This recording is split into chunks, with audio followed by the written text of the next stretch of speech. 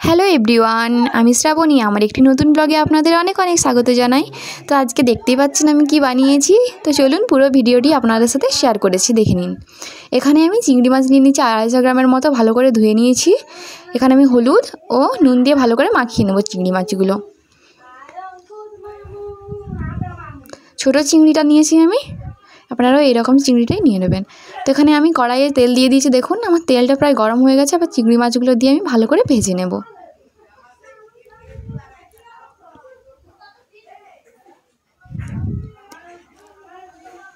চিংড়ি মাছটা দিতে দিতে দেখুন লাল হয়ে গেছে, একদম নদীর টাটকা চিংড়ি মাছ। দেখুন চিংড়ি মাছগুলো আমার ভাজা হয়ে গেছে একদমই, এরকমভাবে আমি ভেজে নিয়েছি। তো এবার চিংড়ি মাছগুলোকে আমি তুলে নেব। আপনারাও এইভাবেই ভেজে নেবেন চিংড়ি মাছগুলো।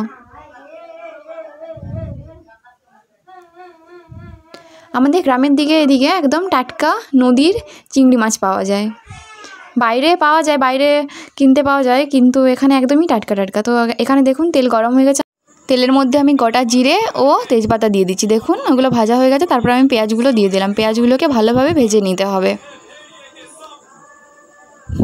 পেঁয়াজগুলো একটু ভাজা ভাজা হয়ে গেলে আমি লাউটা দিয়ে দিচ্ছি। দেখুন এখানে আমি লাউ কেটে নিয়েছি এভাবে, তারপর আমি লাউগুলো দিয়ে দেবো। পেঁয়াজটা ভালোভাবে ভাজা হয়ে গেছে, চলুন পুরো লাউটা এইভাবে আমি দিয়ে দিই।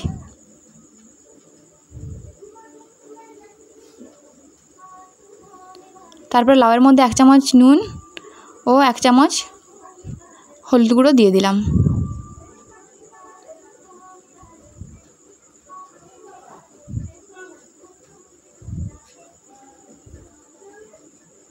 আর কাশ্মীরি লঙ্কার গুঁড়ো দিয়ে দিলাম, আর কাঁচা লঙ্কা দিয়ে দেবো। তারপরে লাউটা মশলাটার সাথে ভালোভাবে আমি কষিয়ে নেব। সব কিছু দিয়ে দিয়েছি, এবার লাউটা ভালোভাবে কষিয়ে নেব।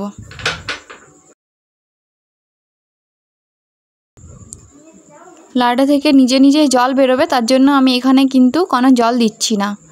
লাউ আলুও দিয়েছি, আমি 2টো আলু দিয়ে দিয়েছি। ঢাকা দিয়ে রেখে দেবো আমি। এবারে ঢাকাটা খুলে দেখে নিচ্ছি, দেখুন কতটা জল বেরিয়েছে লাউ থেকে।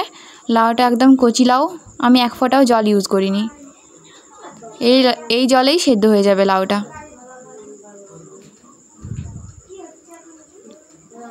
দেখুন কতটা জল বেরিয়েছে।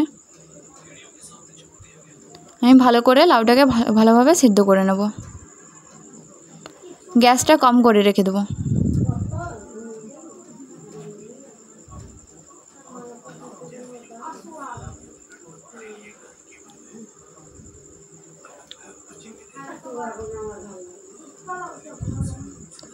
দেখুন লাউটা সেদ্ধ হয়ে গেছে, কিন্তু জলটা এখনও আছেই। জলটা একটু কমে যাক, তারপরে চিংড়ি মাছগুলো দিয়ে দেবো। এখানে আমি ভিডিও করিনি, চিংড়ি মাছটা আগে মা দিয়ে দিয়েছে, তার জন্য দেখুন চিংড়ি মাছটা দিয়ে দিয়েছি সব। লাউয়ের জল একটুকু জল জল আছে, তার একটু আগেই দিলাম। বেশি জল থাকবে না, কিন্তু একটুই জল থাকবে। আমি কিন্তু কোনো জল দিইনি, এটা পুরো লাউয়ের জল। তারপরে এটা মিশে যাক, তারপর আমি লাউটা যদি জলটা মরে যাবে, তারপর আমি নামিয়ে নেব। দেখুন আমার লাউ চিংড়ি একদম রেডি। জলটা একটু শুকিয়ে যাক, তারপরে গরম মশলা দিয়ে নামিয়ে নেব। গরম মশলাটা নাও দিতে পারেন। ভিডিওটি কেমন লাগলো জানাবেন। দেখে নিন আমার লাউ চিংড়ি একদম রেডি। ভিডিওটি কেমন লাগলো জানাবেন। যদি ভিডিওটি ভালো লেগে থাকে তাহলে লাইক, কমেন্ট, শেয়ার আর সাবস্ক্রাইব করে দেবেন।